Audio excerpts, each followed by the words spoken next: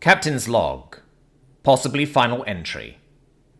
As previously reported, the ancient danger attached itself to our ship when we were surveying the Oort cloud to find an icy asteroid that we could use to fill our fuel tanks, as we had run low on fuel and I felt it was best to fill up while we could instead of risking running completely out en route to a station.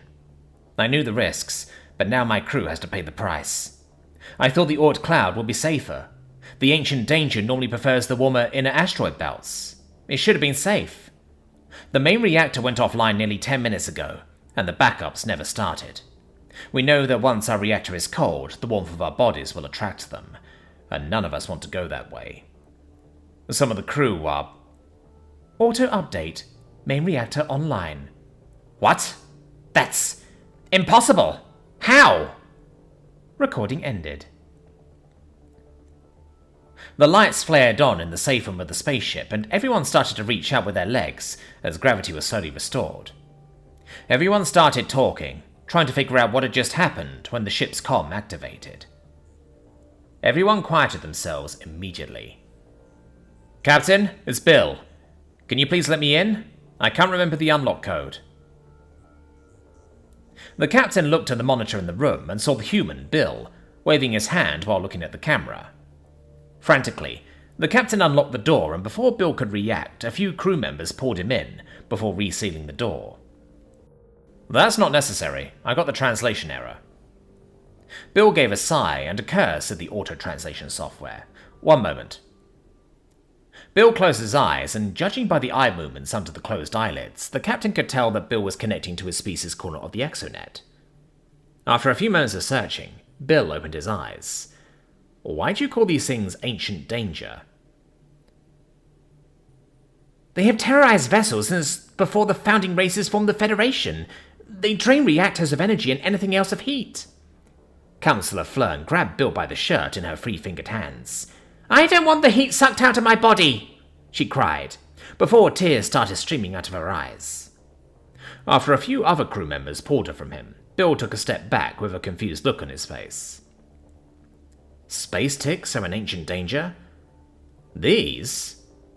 He pulled out the remains of, well, something out of his bag.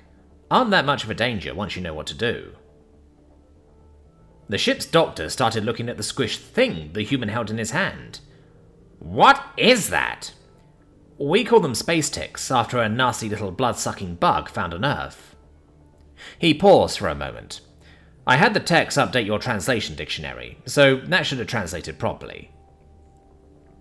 He turned the remains of the bug around in his hands for a moment.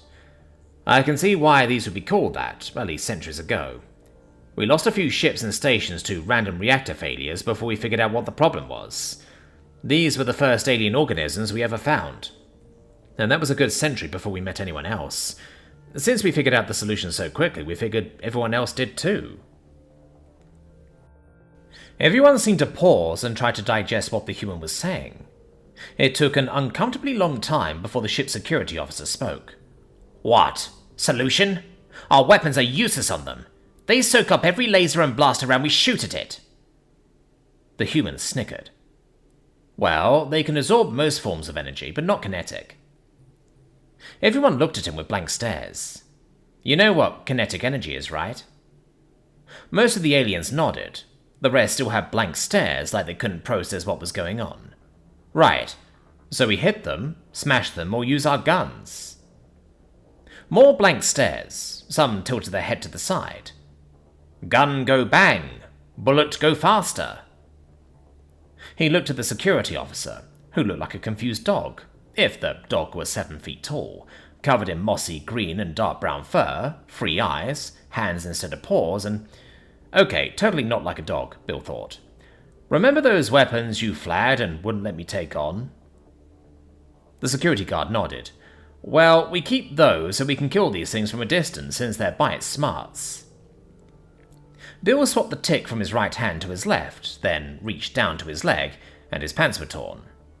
He pulled them up and showed a 5-centimeter patch of red skin that had dozens of small round purple marks. He winced as he touched it. "I pulled this one," he lifted the tick, "off my leg, but I was a little too slow and it left a mark." He looked at a floating, iridescent 2.5-meter jellyfish in the room. Hey, Doc, do you have any multibiotic? Last thing I want is their bacteria friends taking hold. The doctor tilted one of his tentacles in confusion. You do know that's how they work, right? The crowded crew shook various appendages, signaling no. He walked over to a human-compatible enough chair and sat down, before pointing at the doctor and then his leg. Thankfully, the doctor took the hint and grabbed a medkit, before floating over to Bill. Bill sighed in relief as the doctor sprayed some combination disinfectant, painkiller and sealant on Bill's injury. Oh, that's the good stuff. Okay, xenobiology, 101 time. Space ticks. He lifted the tick in his left hand. He paused slightly and looked at the doctor, who had wrapped his leg in a weird gel and was using a multi-tool to repair his pants now. Please tell me you at least know germ theory and what bacteria actually are? The doctor affirmed by tracing a circle in the air. Oh, thank dog. Anyway, on inorganic objects, the bacteria form a film that siphon off heat and other energy, directing it towards the tick. It is an absolutely enthralling process, and I'm going to guess you didn't learn that and massively improve your battery and energy generation tech, right? The silence told him everything. Now that I think about it, it's probably why your reactor never goes above 90% efficiency, and I have to recharge my tools every month. Now, in an organic being, the bacteria have an absolute field day with all the chemical and thermal energy in the body, and after about an hour, it tries directing all that energy back to the tick, and you start to get real cold real fast. I can't say I understand exactly how it works, but the bacteria store the energy super efficiently, and ferries it back to the tick, which just gobbles it right up. Everyone in the panic room stared at him with their own level of horror. He looked at Councillor Flern. And yes, that's an absolutely horrible way to die. Everyone was silent for a moment before Bill spoke up again. Okay, so no one else has studied these things, right? Then how did you work out inertialess drives? We figured it out by studying and making colonies of them. No one else was able to speak. Several minutes later, warning klaxons sounded, alerting them of an approaching vessel. More horrors? The councillor shrieked, causing every other alien to start freaking out before Bill made a loud whistle. Yo, chill the fuck out, he yelled as he hobbled over, shaking off the slight chill as the multibiotics haven't quite silenced the infection yet. I verified it's just the Purge ship I called. He paused slightly to look at the captain. Oh yeah, Cap, I called in a Purge ship once I realized you guys don't really have a protocol to deal with the ticks.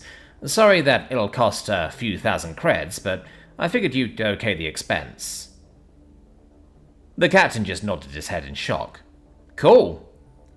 Bill then turned his head back to the rest of the crew. Now, I know you've never had one of these before, so I asked them to prep a full boarding party to protect everyone for any lingering ticks. So, evac, grab anything sentimental because they're going to fumigate and irradiate the hell out of the ship, then repair any of the major damage from the ticks and the Purge. How does the Purge kill the horrors? The first officer barely croaked out. Well, like anything even remotely organic, chlorine and fluorine gases kill them in their eggs, and while they can absorb most radiation, they really can't stand the hard stuff at really high energy levels and density. That's probably why they were out here so far, given we're orbiting a young large star right now.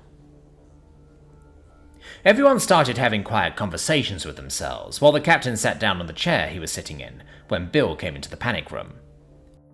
With a concerned look on his face, he pressed the record button on his ARM computer. Captain's log, supplemental. Apparently the humans have studied the ancient danger well enough that they consider them little more than a nuisance, and have protocols and dedicated ships to exterminate them, and have apparently learned much from studying these space ticks. Are these humans more advanced than we thought? Are they the real horrors in space?